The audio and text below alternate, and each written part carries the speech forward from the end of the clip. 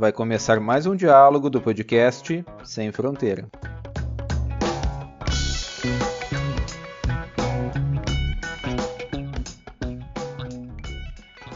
Olá, bem-vindos! Hoje vamos conversar sobre elementos para pensar uma geografia antifascista. Meu nome é Everton Kozinieski e tenho a honra de receber o nosso convidado de hoje, o professor Dilermando Catânio da Silveira. Bem-vindo, Diler, ao nosso podcast. Olá, Everton, obrigado. Sejam muito bem-vindos e bem-vindas, todos e todas, ao podcast Sem Fronteiras, essa excelente iniciativa do pessoal da Geografia de Erechim. Gostaria de apresentar brevemente o nosso convidado, antes de mais nada, né? O Dilermando é atualmente professor da Universidade Federal do Rio Grande do Sul, campus Litoral Norte, e diretor da Associação dos Geógrafos Brasileiros, seção local Porto Alegre. Possui graduação, mestrado e doutorado em Geografia pela URGS e atua com os temas dos territórios e territorialidades, epistemologia da geografia, questão ambiental, comunidades em áreas protegidas, autonomia territorial e geografia da questão indígena. Bom, Diler, nosso tema de hoje é o antifascismo, né? Mas não tem como a gente começar essa conversa se não for pela oposição na qual o antifascismo se faz, né? Então, gostaria de te perguntar, antes de mais nada, o que tu entende por fascismo? Muito bem, então, acho que antes de mais nada, Everton, é fundamental a gente situar uma parte do debate, né, de por que a gente quer falar de uma geografia antifascista, né? E especificamente nos últimos dias, né, a gente está falando aqui agora em meados de junho, mas um conjunto de manifestações de caráter antifascista que surgiram no Brasil aí nas últimas 2 ou 3 semanas, pelo menos, né? Onde a gente tem uma grande quantidade de pessoas reivindicando o antifascismo ou pelo menos ilustrando suas redes sociais, enfim, né, com a marca do antifascismo, que gerou uma série de dúvidas e muitas outras pessoas sobre o que de fato é o antifascismo, né? E tem plena razão. Para entender o antifascismo, a gente tem que entender o fascismo, né?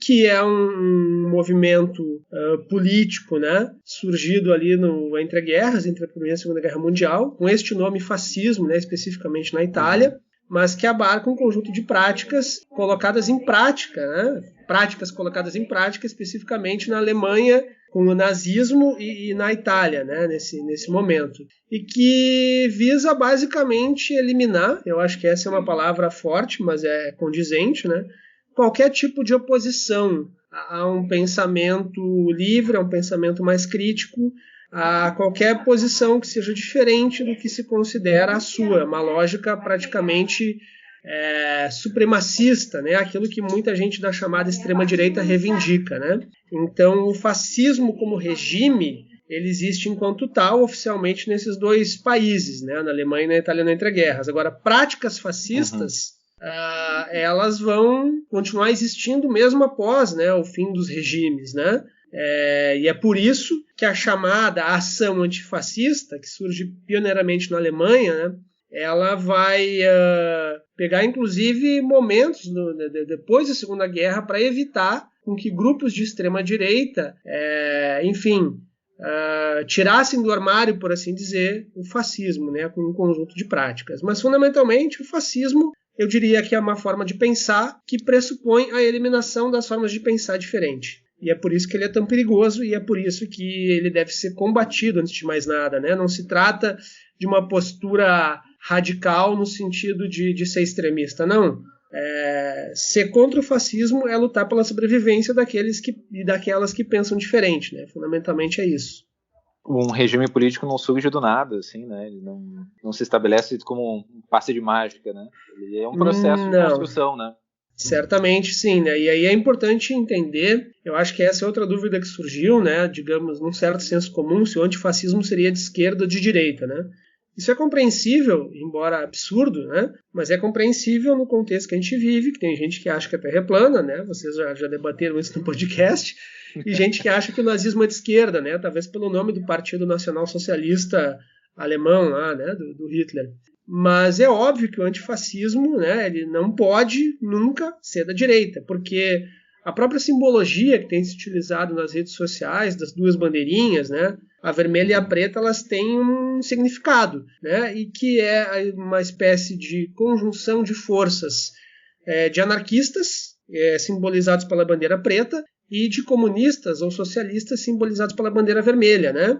A chamada Aktion antifascista da Alemanha, que surge no entreguerras, ela é exatamente isso, né? Esses grupos que, embora com suas diferenças de pensamento lá desde o século XIX, vêm, a partir da ascensão do fascismo e do nazismo, inicialmente nesses dois países, a necessidade de se organizar e de lutar conjuntamente contra o regime fascista e contra um conjunto de práticas que pressupunha uma violência extrema, não só contra esses grupos, mas contra outros, né, como os judeus, no caso da Alemanha, né, ciganos, enfim, qualquer pessoa que os fascistas e nazistas julgassem que não deveriam existir. Então, ela é situada historicamente, né, a ideia de uma ação antifascista, né, e abrir mão desse debate não faz nenhum sentido, né, ou seja, o antifascismo é sim de esquerda, e é uma bandeira que reivindica os pressupostos do anarquismo e do comunismo, né? Não há como abrir mão disso. E na tua leitura, tu entendes que estamos vivendo no Brasil e no mundo hoje o ressurgimento dos movimentos fascistas e de ações fascistas, enfim? Sim, acho que já há um tempo, né? Acho que sim, é por isso que é importante falar de antifascismo e, no nosso caso, falar de uma geografia antifascista, mas isso a gente vai chegar mais adiante, né? Mas sim, eu vejo que há um conjunto de práticas fascistas sendo colocadas aí na visibilidade, né? E que talvez elas, como valores, digamos assim, elas existissem já em outros momentos, mas, como a gente tem utilizado a metáfora, estavam presas, digamos, dentro do armário, né? Estavam presas na garrafinha, né? O diabinho fascista estava preso na garrafinha e agora ele sai da garrafinha e, enquanto não for colocado de novo, né, ali dentro, ele continua fazendo seu estrago. Isso se reflete, seja nas manifestações da extrema-direita no Brasil, dos apoiadores bolsonaristas, né? E o bolsonarismo, para mim, ele é um fenômeno, né? Ele é uma expressão do fascismo, né? Dessas práticas fascistas, né? Mas digamos, é uma expressão entre várias outras, né? Mas até num conjunto de ações cada vez mais violentas e explicitamente violentas contra esses grupos historicamente oprimidos, né? E que deixa de ser apenas para esses grupos historicamente oprimidos e passa a ser em maior escala, né? Então, ações violentas da polícia, dos grupos de extrema-direita, e que reverbera fortemente, né, em qualquer uma que pensa diferente, né? Não é por acaso, tem gente já se exilando, saindo do Brasil. Esses dias mesmo ali uma reportagem, no começo de março ainda, né, sobre um conjunto de professores e professoras universitários que se refugiaram já em outros países, né? Tamanha quantidade de ameaças que vem recebendo, né? Falava muito da Débora Diniz, a professora da UNB, que é uma pesquisadora, né, sobre a questão dos direitos reprodutivos e fala sobre o aborto, da quantidade de ameaças que ela recebe, né? E não é só ela, evidentemente, é a sua família, enfim, etc e tal, né? Então, já existe, inclusive, essa questão do exílio de professores e professoras universitários. Mas não é só isso, a gente sabe, né? Essa violência, ela sempre existiu, ela sempre foi presente nas periferias, né, das grandes cidades, ela sempre esteve presente com os negros e negras, ela sempre esteve presente, né, com pessoas não heterossexuais, ela sempre esteve presente com mulheres, né, grupos, como eu disse, historicamente oprimidos, embora a sua resistência, né. Então, eu acho que há uma exacerbação dessas práticas violentas em função das práticas fascistas estarem cada vez mais evidentes, né? E que, como eu disse, elas pressupõem a nossa não existência, né? A não existência de quem pensa diferente, né? Aliás, os termos utilizados, inclusive, pelas pessoas que defendem essas práticas, né? O bolsonarismo é um exemplo exatamente esse, né? É abater, eliminar, né? Não é nunca discordar ou pensar diferente, né? Vai por essa lógica, né? É como se, em alguma medida, a diferença e a diversidade fossem as causadoras dos problemas sociais que nós temos hoje, na visão uma perspectiva fascista, né? Sim. Que deve ser combatido, eliminado para uma espécie de cura da nossa sociedade, né? Então, dialoga muito proximamente com os princípios do nazismo alemão e do fascismo italiano, né? Se a gente for estudar, vai ver que é muito próxima, né? Então, esses movimentos, mesmo após a Segunda Guerra, e não só no continente europeu, mas eles continuaram existindo, só que minoritários, ou se não minoritários, né? Digamos, guardados, enfim, né? Não tão explícitos, não tão expostos, né? O que permitia a quem pensa diferente, em alguma medida, expor suas ideias, em que pese, como eu disse, a violência está sempre presente nas periferias e contra esses grupos, né? Não dá para a gente negar isso não começou agora, né? A questão é que agora se sentem empoderados, por assim dizer, para sair do armário, né? Com toda a força, e a tendência é piorar, e essas ações violentas e mais explícitas ficarem cada vez mais constantes. Um pequeno parênteses aqui, Everton, no ano passado, retrasado talvez, ainda antes das eleições presidenciais, né, para a gente entender que o fenômeno do bolsonarismo ele não é só após a eleição, né, do Bolsonaro, ele já vinha em alguma medida antes, mas quando estavam correndo as caravanas do ex-presidente Lula pelo Brasil, antes dele ser preso ainda, aqui no estado do Rio Grande do Sul teve alguns episódios de que a caravana foi apedrejada, não só aqui, né, foi tiros, alvo de tiros, né, e tal. Mas uma cena que para mim foi bem marcante, na época eu cheguei a escrever alguma coisa sobre isso, as pessoas agredindo com relho, né, os manifestantes da caravana do Lula, né? E o quanto a lógica de um tradicionalismo exacerbado, né, ela sempre, digamos, se abasteceu em alguma medida de um discurso que flerta, né, com o fascismo. Afinal de contas, o chamado nacionalismo exacerbado, aquilo que regionalmente a gente tem como bairrismo, se ele é de forma exacerbada, ele tem algum flerte aí com essas práticas, né? E quando foi possível dar visibilidade, a gente viu que foi exatamente isso, né? Quem pensa diferente tem que apanhar, tem que morrer, enfim e tal, né?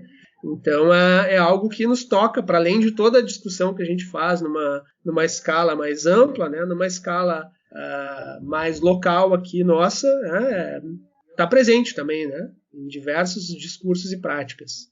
E bom, Diego, a gente, né, comentou há pouco que esse fenômeno do fascismo ele é algo que está muito presente no Brasil, né, como tu disseste, mas que também não é um caso isolado no mundo.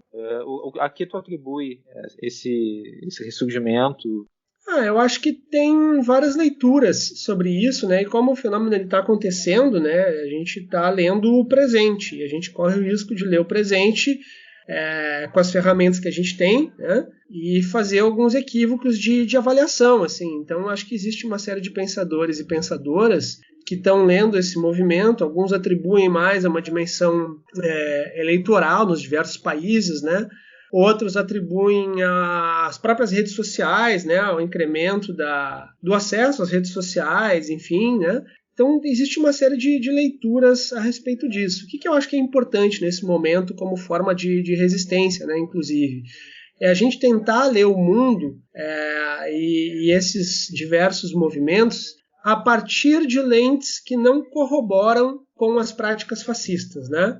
E aí eu me refiro mesmo a um conjunto de autores e autoras que tem uma contribuição grande, né, para ler isso, e que não necessariamente estão no centro do debate histórico das chamadas escolas tradicionais de pensamento, né? Como o próprio marxismo, por exemplo, né? O que tem uma base marxista, mas que vão para além, né? E aí eu me refiro a um conjunto de autores e autoras que não necessariamente são europeus, né? Como autores africanos, latino-americanos, asiáticos, né? E que talvez consigam colocar elementos estando não tão, digamos assim, contaminados ou não tão limitados, por assim dizer, por uma leitura tão eurocêntrica de mundo. Afinal de contas, o eurocentrismo ajudou a gerar isso, né? Então, se a gente quer ler e entender essas práticas a partir de um ponto de vista crítico, é fundamental estar atento a esses autores e autoras que historicamente foram marginalizados ou deixados de lado, né? Essas escolas de pensamento que foram deixadas de lado, né?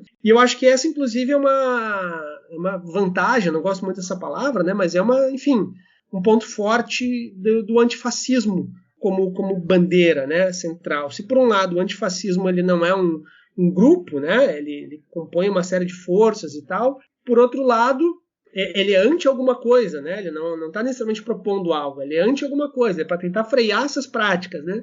Por outro lado, ele não fica tão preso exatamente a essas escolas de pensamento tradicionais, ele pode estar aberto a outras experiências, né? Existem muitas experiências antifascistas mundo afora, né? Que devem ser consideradas. Então, me parece que esse é um elemento para a gente pensar, assim, sabe? Não saberia te dizer Exatamente. Tenho minhas leituras, né, especificamente em relação ao Brasil. Acho que ao longo dos últimos anos, né, vamos pegar o período pós-ditadura militar no Brasil, né, vamos pegar os últimos 30, 40 anos. Acho que o processo de abertura política ele nunca foi democrático de fato. Né, o fim da ditadura militar não significou o nascimento de uma democracia, necessariamente, né? Ainda na semana passada, num debate entre o Raul Zibek, o analista político uruguaio, e o geógrafo Carlos Walter Porto Gonçalves, que fizemos na GB Porto Alegre, né? O Raul Zibek falava de o quanto o que a gente tem como democracia, na verdade, não é democracia, né? O processo democrático não é um processo democrático, é um processo eleitoral. E confundir o processo eleitoral com o processo democrático é parte do problema. Então, se a gente pega a história do Brasil contemporânea, após o fim da chamada ditadura militar, o processo de abertura, a criação de partidos e faixa de eleições não significou necessariamente que a democracia se enraizasse. Se, por um lado, a Constituição de 88 ela traz vários elementos importantes do debate que vinha, por outro lado, essa democracia de fato, e a gente pode ver nas escolas, nas universidades, em outros instrumentos, né, enfim, do próprio Estado, ela nunca teve exatamente presente. Né? Pelo contrário, se reduziu a democracia a um processo eleitoral, como se a democracia fosse votar a cada 2 anos para eleger representantes, né, no parlamento ou no executivo. Então faltou muito para avançar para uma democracia de fato. Né? E quando a esquerda, a chamada esquerda institucional, chega ao poder no começo dos anos 2000, a forma que isso se faz dentro desses parâmetros de uma democracia, de um entendimento precária, né, e eminentemente eleitoral, é a chamada conciliação de classes, né, que vai fazer mais que uma conciliação, uma concessão para diversos setores da elite empresarial brasileira e que reverbera tempos depois, ao mesmo tempo, né, e tempos depois, num enfraquecimento dos movimentos sociais, né, e da saída, em alguma medida, né, dos movimentos sociais da periferia, né, enfim, dos grupos onde estavam presentes, o que abre espaço, né, para o surgimento das igrejas pentecostais, né, de uma direita, inclusive, na periferia. Esse é um fenômeno interessante. Né? A gente está falando aqui dessas práticas fascistas que estão presentes, inclusive, na periferia. Né? Não é um fenômeno que vem só da elite. Né? Então, eu acho que todo o processo que vem do Brasil pós-ditadura ajuda a gente a explicar parte do que está acontecendo hoje no Brasil. Eu não coloco a culpa, entre aspas, em 2013. Pelo contrário, né? Eu acho que a ideia de institucionalização, embora importante, a forma como ela foi feita dentro dos marcos dessa democracia, que sempre foi somente eleitoral e nunca foi na prática, ela ajuda a explicar o que está acontecendo hoje. Esse é um motivo. Se tu me permite, sem querer me alongar muito, eu acho que outra coisa que explica o que a gente está vivendo e que dialoga diretamente com isso que eu falei, é um processo de despolitização da vida. Seja pela pressa, pela velocidade do que a gente quer ter as respostas, seja pelo pragmatismo, né? Isso a gente vê em várias esferas, em várias escalas.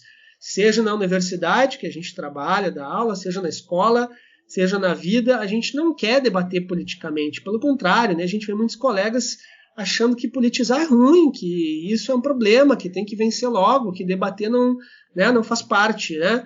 A universidade, um dos trunfos dela é exatamente esse, né? Que ela é o espaço do debate, do diálogo, da discussão, das ideias divergentes e tal. Então, quando a gente elimina isso no nome de um pragmatismo, de um vamos fazer logo, né? Vamos tocar adiante logo de uma vez, a gente está despolitizando o debate. E quando a gente despolitiza o debate, a gente abre espaço exatamente para que práticas fascistas entrem. Alguns autores, algumas autoras têm falado muito isso em relação, inclusive, a essa ação antifascista, né? Ou pelo menos a esse movimento de colocar lá nas redes sociais a bandeirinha do antifascismo agora, né? Porque surgiu esse debate, tá, mas afinal de contas, né? É de esquerda, direita, antifascista é comunista, é anarquista, o que é e tal. Mais importante do que definir o que é antifascista, é necessário politizar o debate. É a despolitização que causa uma apropriação desses movimentos pela direita, assim como foi em 2013. Então, politizar a vida é fundamental. Politizar não no sentido de tornar eleitoral, né, com pragmatismo, o que eu quero para 2022, não. Politizar qualquer esfera e qualquer escala da nossa vida, né? É fundamental politizar no sentido de debater exatamente os limites, né, do que a gente está fazendo, refletir sobre isso. Então, eu acho que essa despolitização, sinal desses tempos atuais, ela também favorece o aparecimento desses grupos extremistas, não só aqui no Brasil, como em outros lugares do mundo. Né? Não, eu acho importante isso que tu chegaste a comentar, né? Enfim. E, acima de tudo, me parece que quando nós falamos antifascista, nós não estamos falando de um partido político, nós não estamos falando talvez nem de um movimento unificado, assim, no sentido de um pragmatismo, né? Uma posição política, uma postura de ação, mas não necessariamente um partido político, né? E a partir dessa perspectiva, Edilei, tu entendes que é possível a gente pensar uma geografia antifascista? Entendo que não só é possível, como necessário. E o que significa uma geografia antifascista? Primeiro, né, a gente entender algumas das características do que a gente tem chamado de antifascismo, né? Se ela é situada, digamos assim, no espectro da esquerda, né? É fundamental trazer, embora não dê para comparar, né, o que a gente vivia no entreguerras do agora, é fundamental situar historicamente, né? Espacialmente, como eu disse, né? Geograficamente, né? Por isso que eu falei de autores africanos, latino-americanos, etc. Mas é fundamental situar isso. E entender talvez os limites disso, né? Tem se falado muito no Brasil a questão da democracia, a luta por democracia, etc. e tal. Entender que a possibilidade de eleger representantes para o executivo ou o legislativo é parte da democracia, né? Parte de um espectro maior do que a democracia. Nesse sentido, só a luta por eleger representantes, né? Ela não é todo o antifascismo, né? O antifascismo é mais do que isso, né? E tampouco o antifascismo por si só destrói o capitalismo, embora dentro da perspectiva histórica que eu coloquei, né, ele deveria lutar contra o capitalismo, porque tanto a perspectiva socialista comunista como anarquista, né, são anticapitalistas, né, em sua essência. Mas só o antifascismo ele não destrói, né? E aí pensar uma geografia antifascista, né, uma geografia que vá em sentido contrário, esse conjunto de práticas e elementos, seja de um regime fascista, né, e que visam destruir quem pensa diferente, é pensar uma geografia, por exemplo, que, primeiro, se posicione. Acho que isso é fundamental. Eu falo também como a GB Porto Alegre, a gente fez uma nota, inclusive, esses tempos atrás, colocando inclusive a necessidade, o dever, né, de pensar uma geografia antifascista, mas está atento que talvez os parâmetros, né, ou melhor dizendo, os termos a partir dos quais a gente pensa uma geografia antifascista têm que ser repensados, né? Por exemplo, vou fazer uma crítica light aqui à nossa Associação Nacional de Pesquisa e Pós-Graduação em Geografia, ANPEG. Tem uma importância histórica, né, fundamental, tem feito debates também, inclusive em relação a isso, mas há umas 2 semanas atrás promoveu uma live, né, no universo das lives de agora, sobre o projeto de nação, um projeto de Brasil, dentro do que a gente está vivendo. E aí muitos colegas, dialogando, enfim, sobre isso, de diferentes espectros políticos, né, comentavam, nossa, a gente está sendo atacado, né, a nossa existência como tal, e a ANPEG quer discutir projeto de nação, sendo que a própria ideia de projeto de nação deixa de fora, em alguma medida, a perspectiva daqueles grupos historicamente oprimidos e que reexistem, como, por exemplo, os indígenas, né? Como é que fica uma geografia indígena dentro de um projeto de nação? Ainda que a gente pense, né, no caso boliviano e seu estado plurinacional, com várias nações, o que estava colocado ali, isso foi dito inclusive por um dos palestrantes, né, na live da Ampeg, que era o Marcelo Lopes de Souza, é que a ideia de projeto de nação talvez não caiba mais. Então, não significa pensar contra isso, mas pensar para além disso. Para além de um projeto de nação. Para além dessas grandes metanarrativas que, em alguma medida, historicamente escondem, né, as rupturas, né, as brechas, as ranhuras, né, por assim dizer, essas outras grafias que estão presentes, que constituem o que é o povo e que, nas palavras do próprio Carlos Walter, né, resistem, né, porque não é só resistir, afinal de contas, né, é existir também. Então eu acho que esse é um primeiro elemento assim, para pensar geografias antifascistas, né? Uma geografia antifascista ou geografias antifascistas, né? Um outro elemento é discutir exatamente a dimensão teórico-metodológica, né? Que não é desalinhada de uma perspectiva política, obviamente, né? Então, aquela geografia que reproduz o status quo, evidentemente, se o status quo é fascista, né, ela não é antifascista. Começa por aí. Mas também, dentro, digamos assim, do que a gente tem das escolas de pensamento da geografia, né, especificamente o que se chama com todas as contradições de geografia crítica, né? Ou geografia radical, se a gente pega aí mais a escola estadunidense ou norte-americana, né? Que pega o Canadá também, talvez não dê para pensar somente a partir daí, né? Numa geografia antifascista. Exatamente porque o contexto em que parte dessas escolas e os seus pressupostos teóricos, eles apresentem algumas limitações. Isso é muito do que alguns autores e autoras, inclusive de escola, de origem marxista, vem falando, né? O Boaventura de Souza Santos, por exemplo, há um tempo vem colocando a necessidade de pensar não somente a luta contra o capitalismo, né? De fato, o capital ele é central e nunca vai se abdicar da ideia da concepção de luta de classes. Agora, a luta tem que ser contra o capitalismo, contra o patriarcado, né? E contra a colonialidade. Né? Ou seja, não é só contra o capital, é contra o patriarcado e a colonialidade. E isso não é excludente, né, gente? A gente sabe que tem muitos colegas e muitas colegas que pensam a questão é a luta de classes e todo o resto é pauta identitária, né? Eu acho absurdo colocar isso, né? Primeiro porque não é pauta identitária, né? E ainda que fosse, né, não seria digno de exclusão aí do centro do debate, né?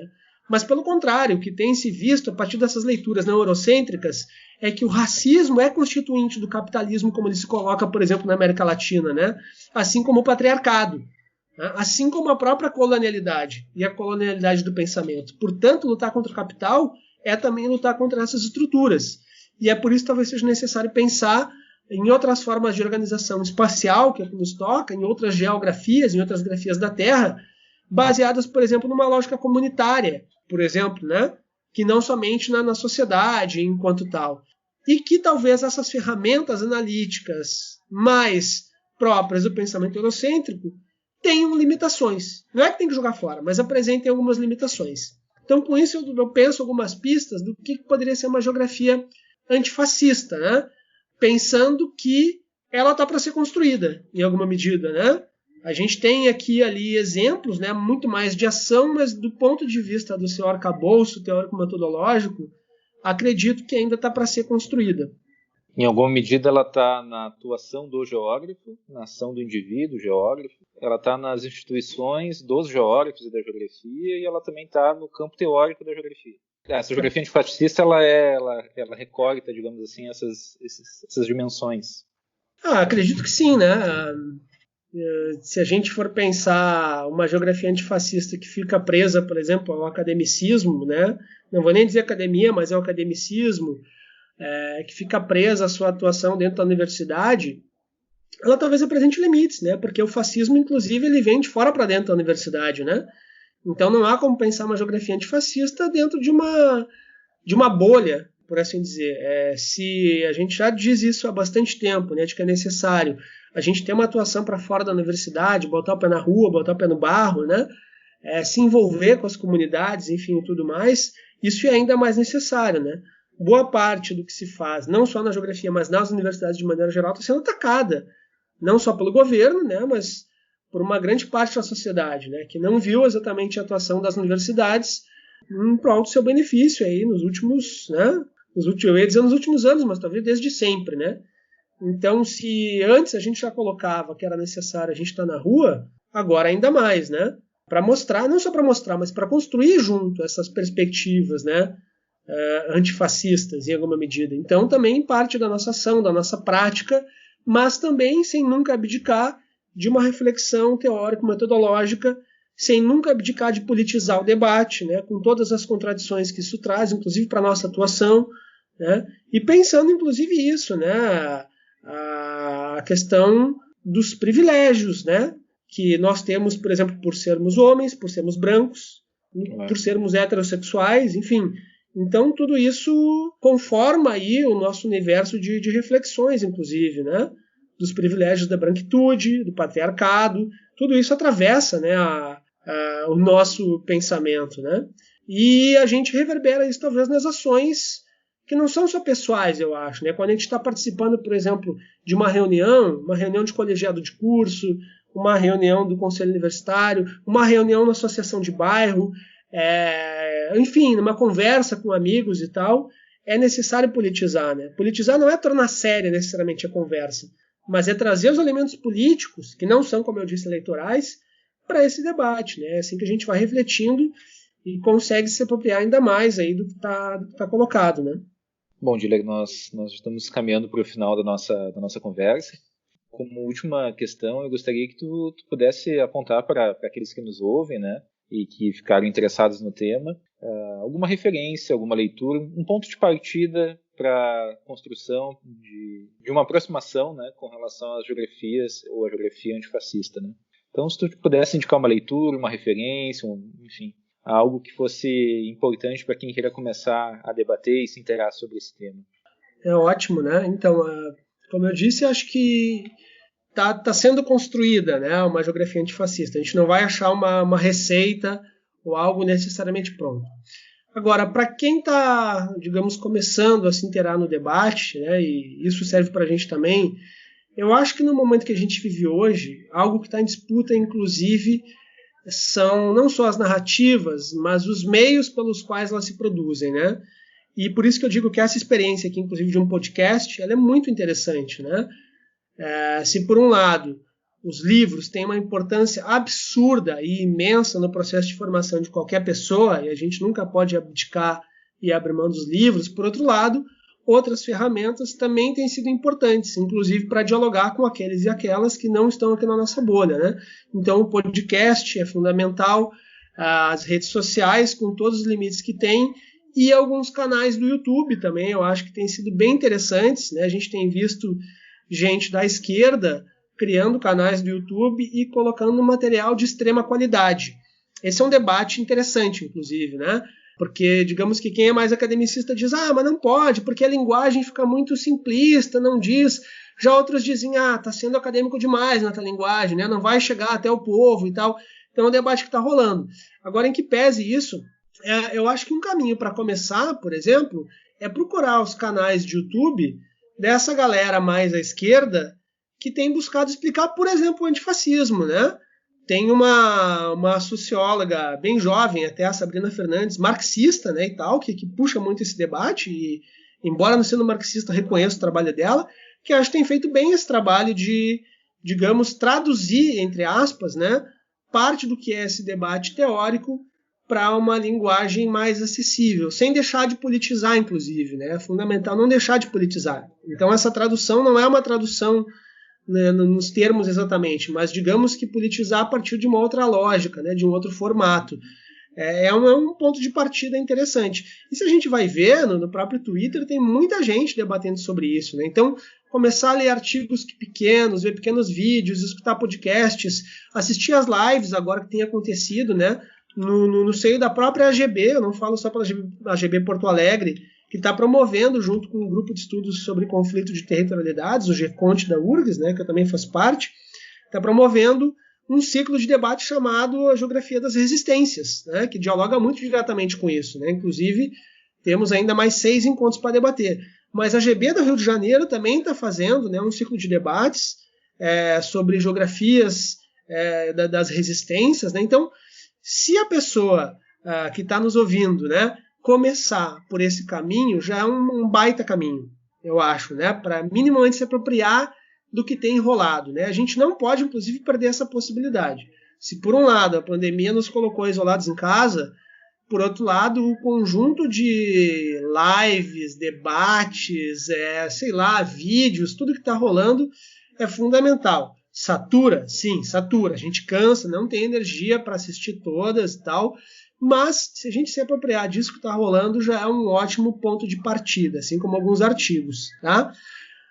Especificamente da geografia, como eu disse, acho que estão surgindo alguns grupos, sobretudo no seio do movimento estudantil da geografia, né? Se algum estudante, alguma estudante nos escuta, acho que é fundamental ver o que a CONEEG tem feito, a Confederação Nacional das Entidades Estudantis de Geografia, que organiza o ENEG lá há muito tempo, e alguns diretórios e centros acadêmicos de geografia têm buscado discutir experiências antifascistas, né? Inclusive criando coletivos, acho que pode ser uma tendência.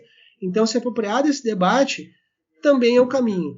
Fora isso, acho que é fundamental, né, pensar as experiências geográficas que já há um bom tempo vem pensando ou geografias dos Idades de Baixo, ou a geografia a partir de uma perspectiva decolonial, né, com os autores da assim chamada decolonialidade. Num outro momento a gente pode aprofundar um pouco mais em relação a isso, né, ou uma geografia libertária. O livro do Marcelo Lopes de Souza, chamado por uma geografia libertária, é um ponto importante, né, também de começo de leitura, inclusive, porque ele pretende escrever outros em relação a isso, né. E os próprios livros, os textos publicados num periódico chamado Antípoda, que ainda existe, é um periódico dos Estados Unidos, mas que surge lá no finalzinho dos anos 60 e começo dos anos 70, publicando textos de autores marxistas e anarquistas, né? Tem alguns artigos bem interessantes nesse periódico chamado Antípoda, estão em inglês, mas tem traduzidos para o espanhol, que falam, por exemplo, de uma experiência geográfica durante a Guerra Civil Espanhola, que dialogam diretamente com essa coisa do fascismo, dizendo o seguinte: olha, não adianta só a gente mudar as relações sociais se a dimensão espacial concreta vai continuar a mesma coisa, né? Falavam, inclusive, de uma paisagem anarquista durante a Guerra Civil Espanhola. Então é bem interessante como, mesmo aí no chamado Entre Guerras, estamos falando aí da década de 30 do século passado, né? Já tinha alguma produção, embora os textos não sejam da década de 30, eles sejam posteriores, né? Mas que falavam dessas experiências lá no seio, né, do continente europeu, e que esse debate, em alguma medida, já estava colocado, né? São múltiplas experiências, mas já é bastante coisa para um começo de conversa, né, Everton? Para um começo de conversa. Mas isso não pode servir de... isso não pode servir de desestímulo, pelo contrário, né? Então eu acho, por exemplo, que os canais do YouTube, os podcasts, as lives, né, pode ser um bom começo de conversa, né? Bom, Júlia, terminamos aqui nosso capítulo de hoje, né, do nosso podcast, nosso programa. Eu gostaria de te agradecer pela oportunidade, por aceitar o nosso convite, e tenho certeza que todos nos escutaram, né, vão estar inquietados, e certamente outras questões virão, e te convido desde já para participar de um próximo podcast aqui do nosso... Beleza? Valeu, Everton. Isso aí. Em breve, mais um programa do podcast Sem Fronteiras.